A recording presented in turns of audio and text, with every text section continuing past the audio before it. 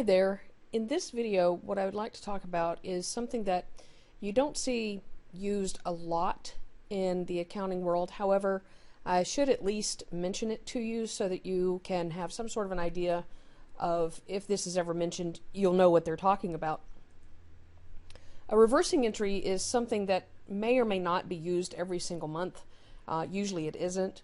They are used when you've made an entry in a particular month and you want it to automatically reverse in the next month. In fact, most software today, accounting software, will allow you the ability to be able to use a particular transaction or check a box or something like that that will say, do you want this reversed in the following month?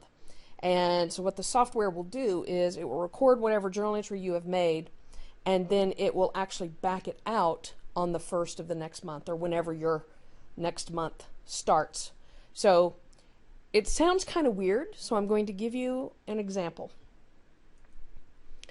This is a particular situation that I have seen where I've used reversing entries, and basically what happened is at one point in time I was reconciling inventory accounts, raw material inventories, work in process inventories, finished goods inventories, and there are times when you are reconciling inventory that you have whatever your ledger system tells you the balance is, and then your subledger tells you what that balance is that it's keeping track of. And sometimes they get out of sync for some reason.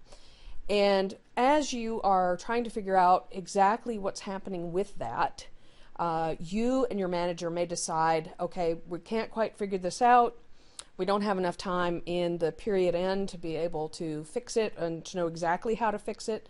So let's do a journal entry where we'll make the correction and it will automatically reverse the first of the next month, so that we have the entire next month to do our investigation, our due diligence, to try and figure out what exactly has happened.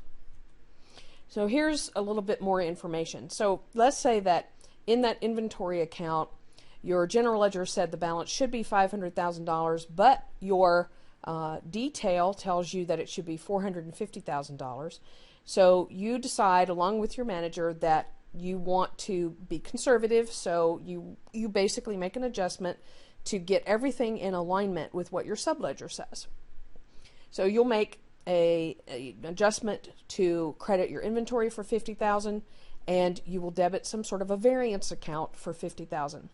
Now, it may not be the appropriate variance account. It may actually not be the most appropriate place to put it, but oftentimes there are these variance accounts that we can use temporarily, and it's only going to sit there for a few days until the next month starts.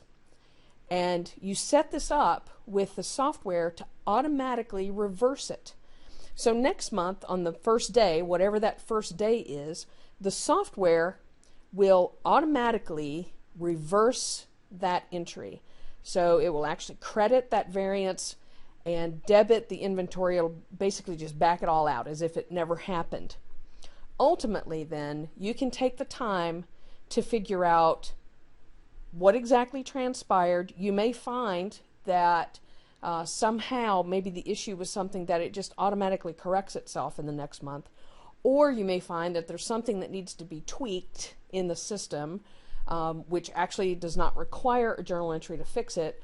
Or you may find, okay, we did need to do a journal entry, but here is the account that we need to actually post that adjustment to.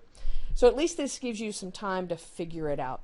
And this is the most common thing that I've seen in my career as far as using reversing entries. And this hopefully gives you an idea. If you ever hear of it, you'll know what they're talking about.